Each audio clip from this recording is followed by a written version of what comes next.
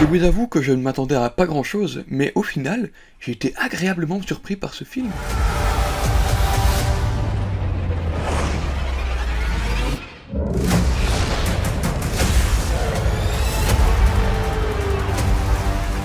Bonjour à toutes et à tous, j'espère que vous allez tous très bien. Aujourd'hui, on se retrouve pour la critique de Shazam, la rage des dieux. Alors, avant de commencer, je tiens à préciser que je suis en Belgique, donc le film est déjà sorti le 15 mars, ici nous sommes le 22 mars, à l'heure à laquelle je tourne la vidéo. Je sais qu'en France, il sort que la semaine prochaine, mais je vous propose déjà ma critique à partir d'aujourd'hui. Il y aura donc évidemment une partie sans spoiler, et ensuite on passera en spoiler en fin de vidéo. Regardez bien donc le timecode en bas de la vidéo, et vous saurez où vous arrêter si vous n'avez pas encore vu le film. Maintenant que le disclaimer est passé, passons à la critique.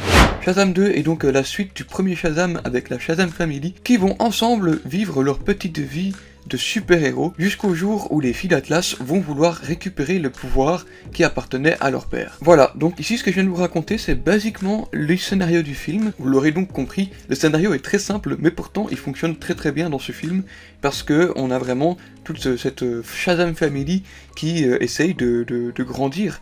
Il faut pas oublier que la Shazam Family ont des formes adultes quand ils sont super-héros et que ce sont en fait des enfants. Et ça je trouve que ça fonctionne plutôt bien. Et en parlant de ça, commençons donc par la performance des acteurs. Donc au niveau des acteurs, on va commencer avec la Shazam Family, donc tout simplement le personnage de Billy Batson, le personnage principal, interprété par Asher Angel et Zachary Levi en version adulte.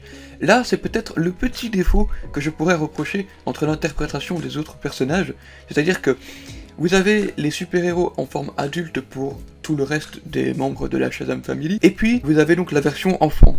Dans la version enfant et adulte des autres membres, ça fonctionne plutôt bien, parce que je trouve qu'ils représentent bien, ils jouent bien le rôle d'enfant version adulte, et qu'on sait vite retranscrire la même mentalité, on va dire. Alors que du côté de Billy Batson, je trouve que Zachary Levi, il fait un petit peu trop l'enfant par moment. Il est beaucoup moins mature que sa version adolescente.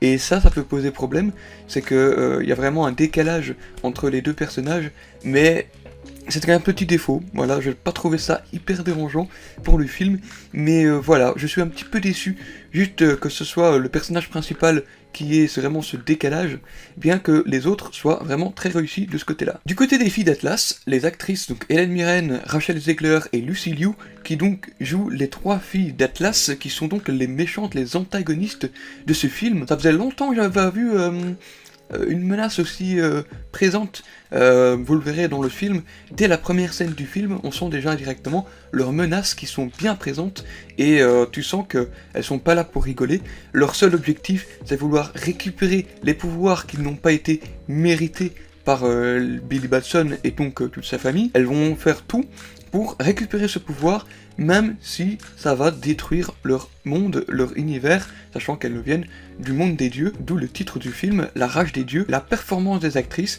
bon, c'est un petit peu différent. Helen Mirren, donc, qui est la plus âgée des trois sœurs, est pour moi celle qui joue le mieux son rôle. Elle a un rôle un petit peu plus complexe que ses deux sœurs, donc Lucy Liu et Rachel Zegler. Au niveau de la performance des actrices, je trouvais que Helen Mirren était celle qui était le mieux investie dans son rôle, bien que les deux autres soient plutôt bonnes, hein, mais j'ai l'impression qu'elles ont plutôt lu le script et elles ont joué ce qui était noté sur le papier, sans trop vouloir donner trop de profondeur dans leur performance. Malheureusement, c'est pas dérangeant non plus, puisque voilà, l'histoire n'est pas faite pour vraiment le développement bien profond du personnage.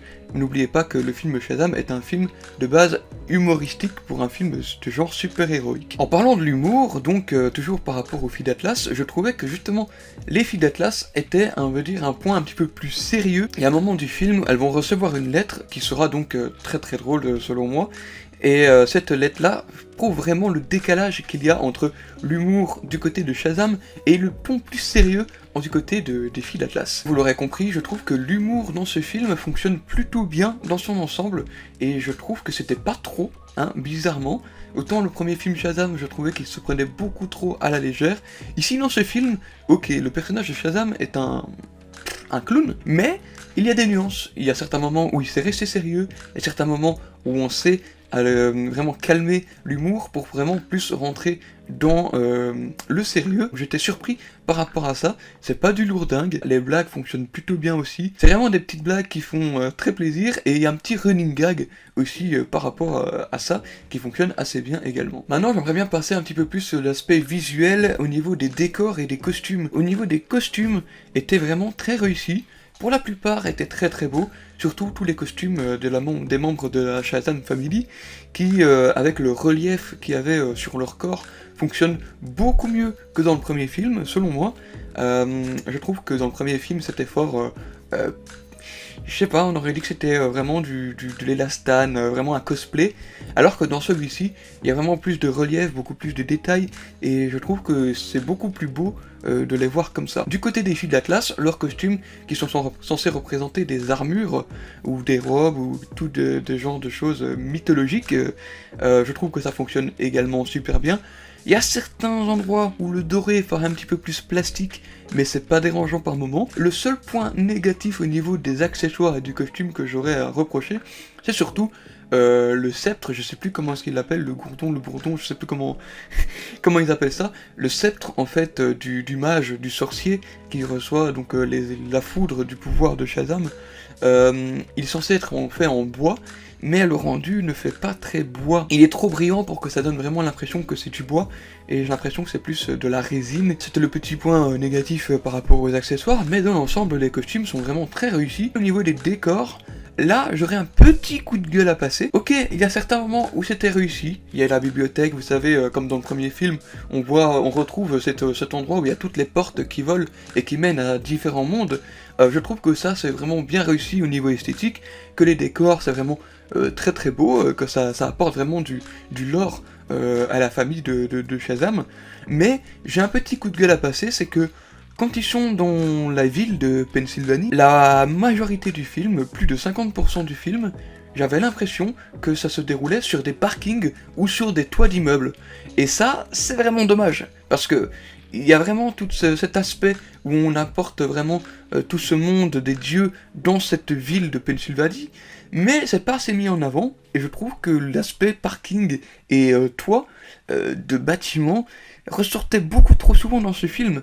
Ils se retrouvaient beaucoup à ces endroits-là pour discuter, pour parler, mais voilà, on avait l'impression que le film ne bougeait pas. Tout se passait sur le même toit.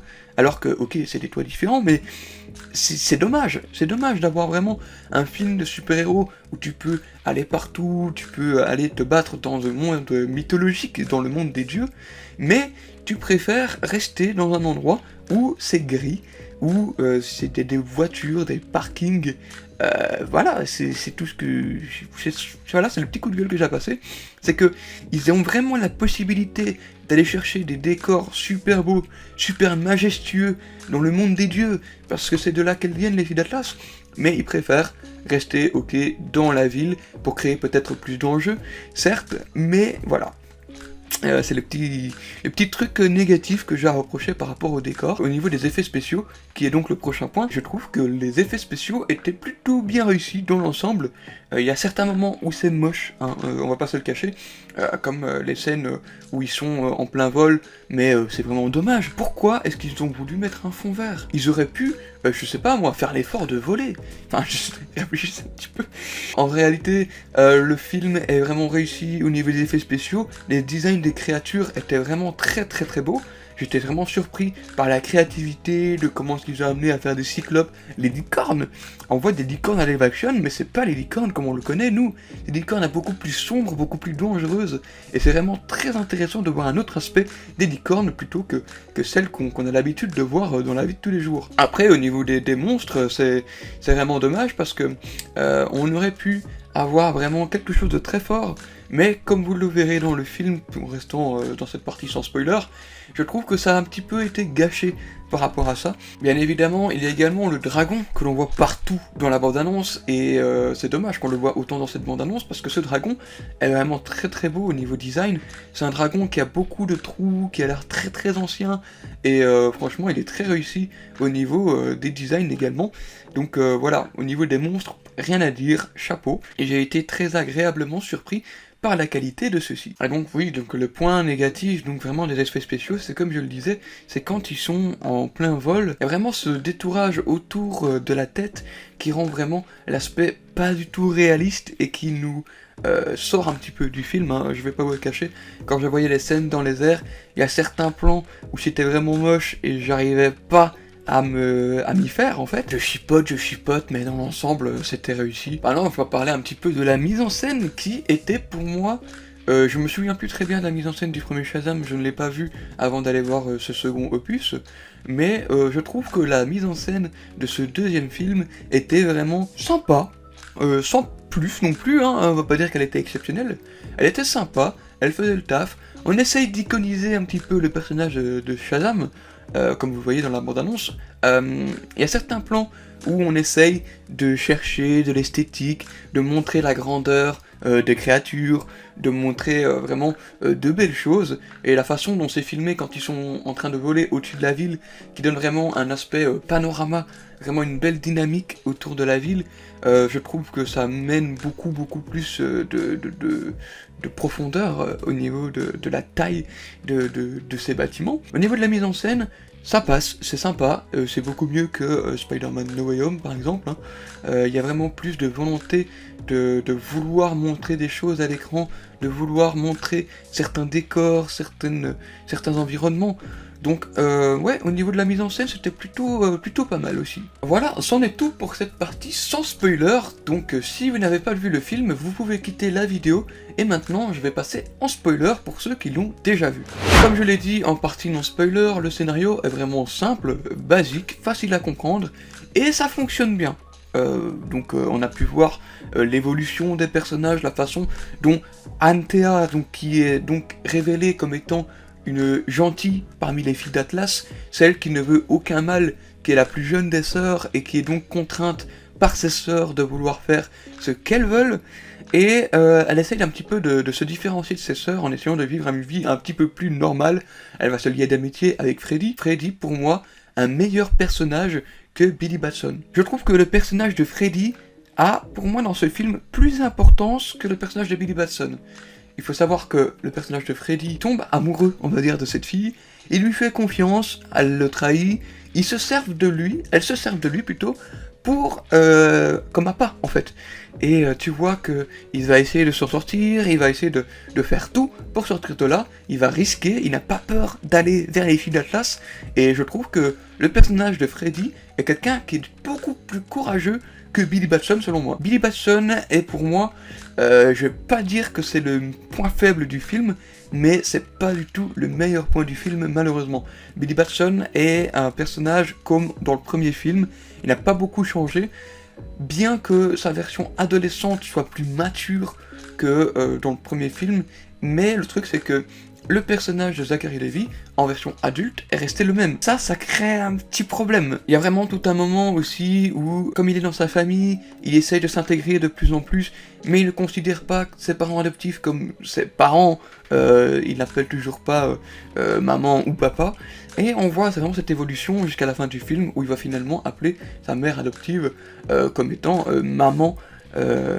Et donc ça va vraiment marquer une petite évolution par rapport à la confiance qu'il donne à cette famille. Ensuite il vient à mourir, ça franchement je m'y attendais pas, j'étais surpris de voir qu'il meurt à la fin du film, et j'étais surpris, mais en même temps j'étais content, je me dis ah ça amène de l'enjeu, ça amène quelque chose, et je me dis que c'est peut-être parce qu'on le verra plus après en Shazam qu'il le faut mourir maintenant. Et c'est là que juste après, quelque chose vient arriver.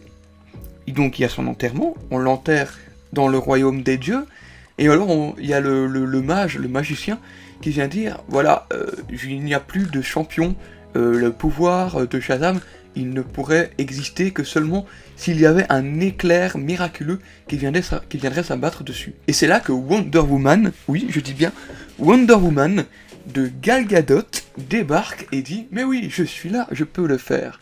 Et il y a tout un running gag par rapport à Gal Gadot, au personnage de Wonder Woman dans le film, qui fonctionne plutôt bien.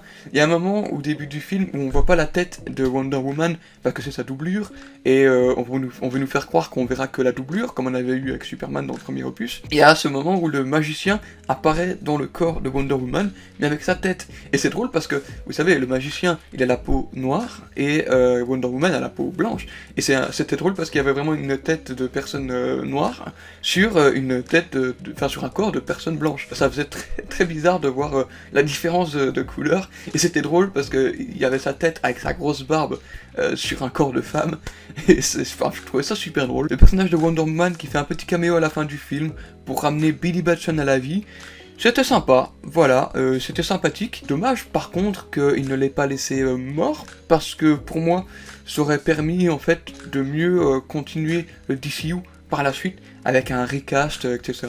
Parce que ça aurait permis de conclure la saga de Shazam sur ce point. Alors, les scènes post-génériques sont dommages, dans le sens où là où on en est aujourd'hui pour le DCU. C'est dommage parce que la première scène post-générique, hein, toujours, attention spoiler, donc si vous regardez ceci, c'est que vous avez vu le film, donc je peux parler de la scène post-générique, et des deux scènes post-génériques en fait.